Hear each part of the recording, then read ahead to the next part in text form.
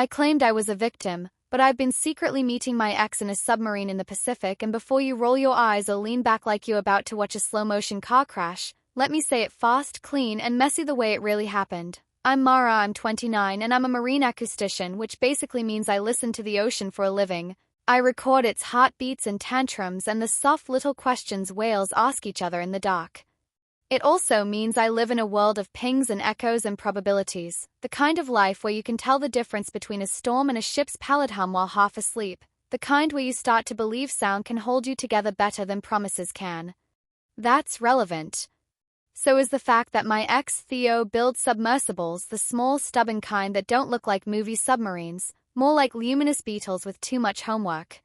We met 3 years ago on a pier bristling with cables. I handed him a hydrophone and he smiled the way some men smile when a vintage amp warms up, a glow that says everything is about to get coherent. We were violently good together until we weren't. The short answer is that I wanted fewer risks, he wanted more depth, literally and metaphorically. The long answer is the ocean. You think you can negotiate with her, but she only speaks in pressure. Anyway, the relationship ended last winter with the kind of argument that leaves you breathing like you've run a mile in cold air. I told my friends I was done with danger, that I'd been trapped in a pattern of someone else's impulses. I let victim sit in my mouth because it tasted like absolution and I was tired. Then the Pacific called. Yes, that's corny, but I swear it happens, through a grant for a long-term acoustic survey west of the Farallon Escarpment. 4 months at sea, a research vessel with a captain who wore her hair in a salt-white braid, a crew that could splice a rope while reciting dirty limericks, and me with my sonobuoys and my notebooks and my new improved life plan, clean data, clean conscience. Day 1, the ocean was a shiny lie flat as a well-behaved dog. Day 3, fog slid over the bow like a closed eyelid.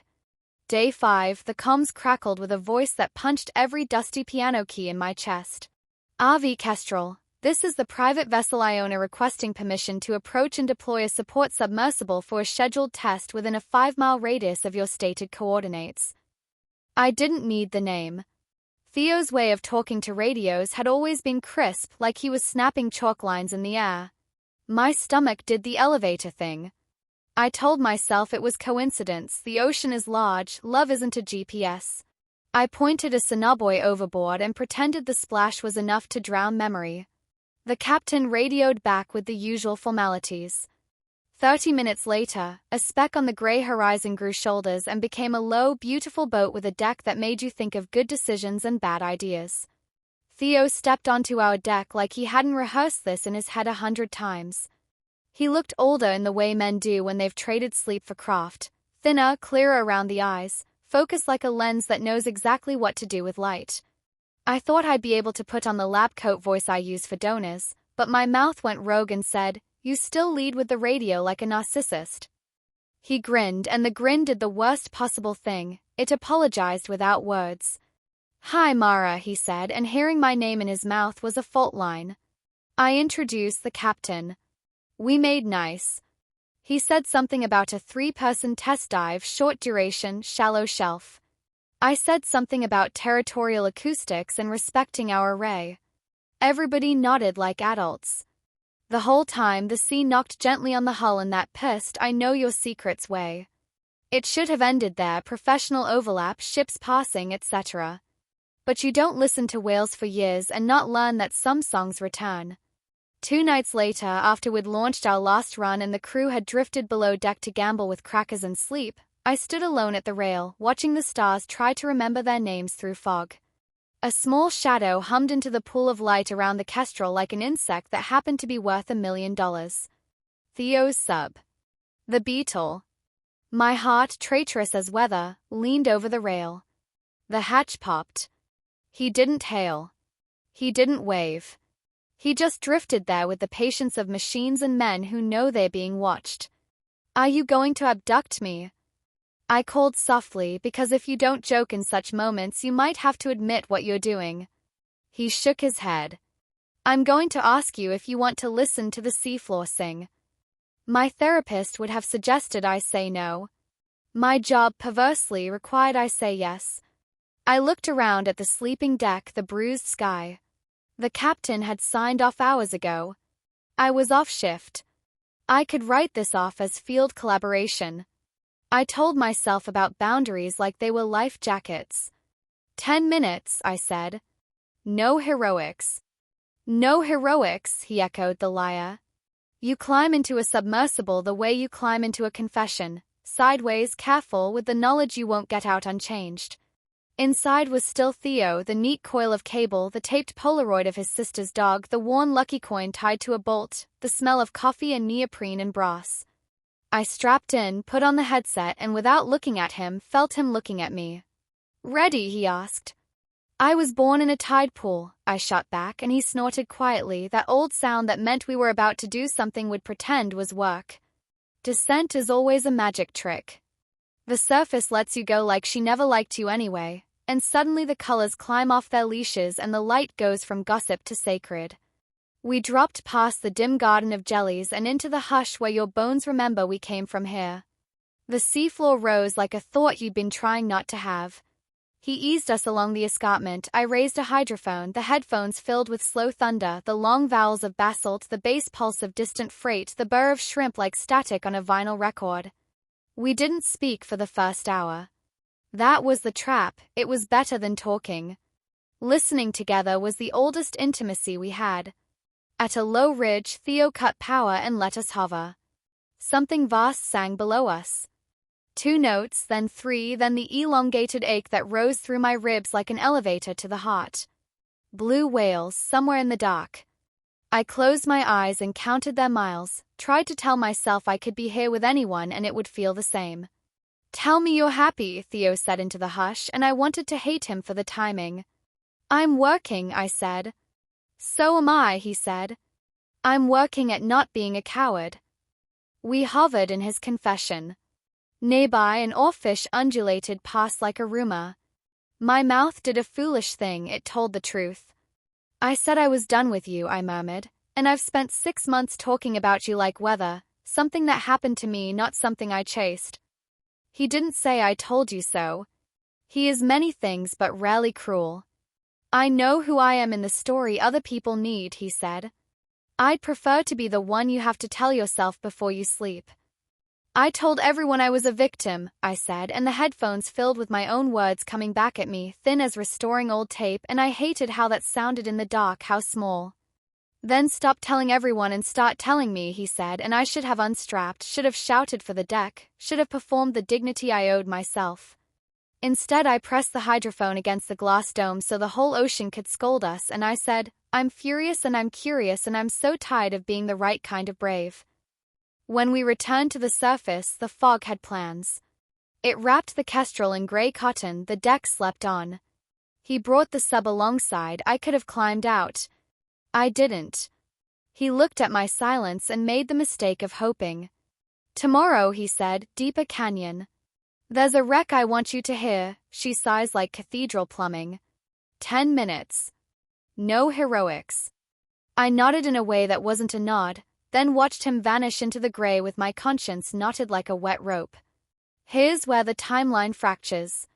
I won't pretend I argued every time. I made excuses and then I made plans. We met 3 times that week. Once we followed a school of squid until their chromatophores wrote Morse code against our dome. Once a sunken cable sang as if the whole world was a cello and the bow was the current. Once we turned off everything, lights, fans, language, and let the Pacific teach us what quiet meant. Each time I told myself I'd confess later. Each time I climbed out, legs shaky, and walked back to my bunk like a woman wearing a secret under her skin. And then, of course, we touched. I wish I could tell you it was the inevitable, cinematic, awful perfection you think it was. It wasn't perfect. It was hands reaching for memory and finding new territory. It was clumsy because we were both trying to be careful with something we'd already bruised. It was urgent because we'd wasted months pretending we were made of rules. If you're looking for shame, there was some. If you're looking for joy, there was too much. If you're looking for me to justify it, I can't. The ocean kept a straight face. I envied her. The lie metastasized politely. Night watch, I'd say. Sleep, my crewmate would say. I became the kind of person who curated messages, the ones I answered, the ones I shelved until safer hours. I told myself I was protecting research, protecting funding, protecting my tender image as a woman who had walked out of a fire and didn't smell like smoke. I told myself I'd tell the captain when the data was secured, that this was a collaboration, that professionalism can be retrofitted if you're careful with your adjectives. Of course, the ocean doesn't respect our paperwork. She chose the night to test us when the barometer dropped like a dare. Wind smudged the waves one way, then the other. The fog broke and returned like an argument that won't stay settled. The Kestrel called for all hands to secure loose gear. I should have stayed topside. Instead, like an absolute cliché, I slid into the sub because apparently some lessons need pressure to register. We intended a quick run along the shelf to pick up a recorder I'd anchored the week before. 10 minutes. No heroics. We dropped. The water had that green bruise look of weather changing its mind. I clipped the hydrophone into place. Theo set a low, cautious course. The canyon opened. We found the recorder half buried in silt like a lost tooth. He used the manipulator arm to ease it free. Above us, the sea started clearing her throat. I felt it in the pressure loops and the way the soundscape sharpened. Theo heard it too. His hands got small and precise the way they do when he's about to thread a needle held by God. 2 minutes, he said. Copy, I said. We turned. A deep groan rolled through the canyon, not the tender tectonics of the crust shifting, but something nearer, newer, thinner. The groan again, and then a flicker in the sub's lights like an embarrassed blink. The power dipped, returned, dipped again. Say it, I whispered. We've got a transient fault on the starboard thruster, he murmured, neither surprised nor pleased. He toggled, paused, toggled again. It'll hold. Probably. Liar. Brave liar. He knows machines the way I know songs. I heard the brittle edge under his calm. We rose a little, the canyon sulked, silt braided behind us. The fault hiccuped again. The sub yawed like a dog with an itch. We both went very still. This is the part, I said softly, where I ask if you want me to panic now or later. Later, he said. I like a woman who schedules. We laughed because the other option was stupid. Back on the surface, the wind had grown teeth. Interference bit into our comms. The Kestrel's reply came and went like a shy ghost. We both did the mental math people do when they know the line between story and tragedy is sometimes as thin as a wire. He eased the sub up and forward, babying the bad thruster, coaxing like a man trying to talk a cat into a carrier. Halfway to the surface, the ocean performed one of her magic tricks, a thermal layer that made sound bend and directions lie. The Kestrel's pings sounded like they were coming from everywhere and nowhere. Theo cursed under his breath in a language I'd never heard him use. He flipped switches. I braced my boots and remembered inconveniently prayer. Then the whale arrived. You've heard people talk about coincidence like it's a plot device. It isn't. It's a physics problem with a sense of humor. A fin whale swept past us with the slow, unstoppable grace of a train. Our tiny lights lit a stripe of silver along her flank. The sound of her, those fast, thrumming notes, filled the sub like caffeine. She turned, curious, a planet changing her orbit a hair. Her eye slid past the dome. I swear she looked at me with the annoyed compassion of someone who has seen everybody do everything and still hopes. She swam just ahead, not escorting, not blocking, simply there. Follow her, I said, ridiculous and weirdly certain. That's not how navigation works, Theo said, and then very quietly, copy. We held her shadow as she rose. I listened for the Kestrel, for weather, for God. The thruster coughed, Theo soothed. The whale pulled us to the edge of the layer and then whoosh, sound snapped back into something that made sense. Pings. The right direction. The kind of small, important miracle you only need once. We broke the surface inside a world of white caps and wind and a sky that had torn open its coat. The Kestrel loomed out of the gray like a building. We were both laughing like idiots, the hysterical relief kind. We made it. Nothing permanent broke. But something delicate did. When I climbed out and got my feet back on the human-made deck, the captain was waiting with that look captains cultivate over decades, a cocktail of fury and affection and try me. She didn't ask what I'd been doing. She asked how long. I told her. That's the thing about brush-ups like that, some people come back from almost and tell the truth. There were conversations. First with the captain, controlled voice, policies, boundaries, an ultimatum phrased as an invitation. Choose your boat. Then with myself in the mirror in my cabin, still red-faced with wind, hair frizzed to the size of an ecosystem. Then with my friends on a video call where their faces landed somewhere between "we knew" and "we love you, you spectacular disaster." Each of them had their line. "You didn't deserve what happened with Theo before," said one, and I said, "I know," and then because the new truth had teeth, but I also didn't deserve to call myself a victim of his hunger while I was sneaking off to feed mine. I told Theo we had to stop the clandestine dives. I told him the lies were killing something I liked about my own face. I told him if we were going to be in each other's future, it had to be in daylight and with people who could look at our choices and not need drama mine. He said okay with that maddening, beautiful steadiness of his, and then he did something I didn't expect. He apologized not for the fault, not for the risk, but for letting me be the one who held all the narrative for both of us. "I made it too easy for you to lie to them and to yourself," he said. I locked the hatch and called it privacy. And I took the apology. I took my part. We agreed on distance while my contract ran out.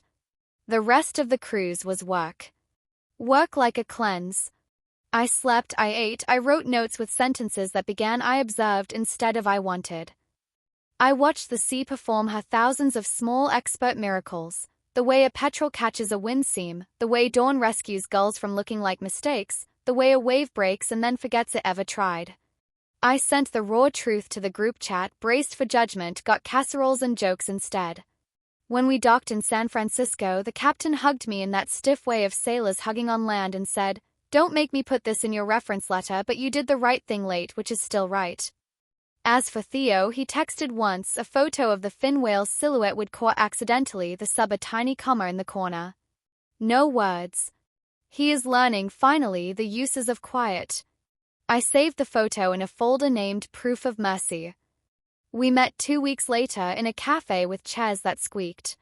We talked about contracts and surfaces and whether we'd ever trust ourselves to go below them together again. We didn't touch. We told the truth out loud where people could hear us. It felt like being human instead of being clever. So here's me telling you the rest because secrets rot unless you move air through them. I claimed I was a victim because it made the world tidy and forgave the parts of me that wanted the deep end. What I am most days is a woman who loves risk and also loves being safe, who thought she had to be one thing to be good. What I am learning is that goodness is a lot like sound at depth. It bends around temperature changes, it travels farther than you think, and it will find you if you stop shouting long enough to hear it.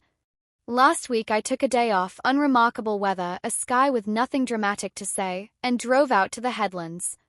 The wind bullied my hair and the sea did her long inhale-exhale like a yoga teacher with a sense of humor. I sat on a rock and listened without gear. No hydrophones, no spectrograms, just the old sloppy ear. Somewhere out there, a ship sang a baritone line. Closer in, little waves made their tinny tick against a scatter of basalt. Far below, the rumor of whales threaded through the water like a possible sentence. My phone buzzed. Not Theo. A new project coordinator, asking if I could consult on an environmental impact study for a proposed cable lay. I typed yes because work is still the cleanest promise I know how to keep. As I put the phone away, a boy with a kite ran past, his mother shouting with the delighted terror of parents who measure risk in stitches and lollipops. The kite tumbled, then recovered. The boy laughed like we had invented gravity wrong just for him. I'm not a cautionary tale. I'm a field note. I'm the sound you almost miss on a recording because you thought the important part would be louder. If you need a moral, make it this: stop choosing binaries that were never true. Stop calling yourself the thing that absolves you when the real word is braver. And if you ever find yourself in a submarine with your ex in the Pacific with the truth pounding on the hull like a polite storm, tell the truth there in the dark before you ask the ocean to forgive you for pretending pressure isn't your native language. The night before I left the Kestrel for good, I stood alone on deck again, same rail, different weather. The sky was clear as a bell struck once. The crew snored below like a small choir. I lowered a final sonoboy just to hear it pop, just to listen to the ocean catch it. Through the headphones, faint as breath on glass, I heard singing. Maybe whales. Maybe currents snagging on stone. Maybe the idea of forgiveness learning my name. I lifted the pads, pressed them against my chest like I needed to teach my bones the melody, and said to no one and to the whole Pacific, I'm listening.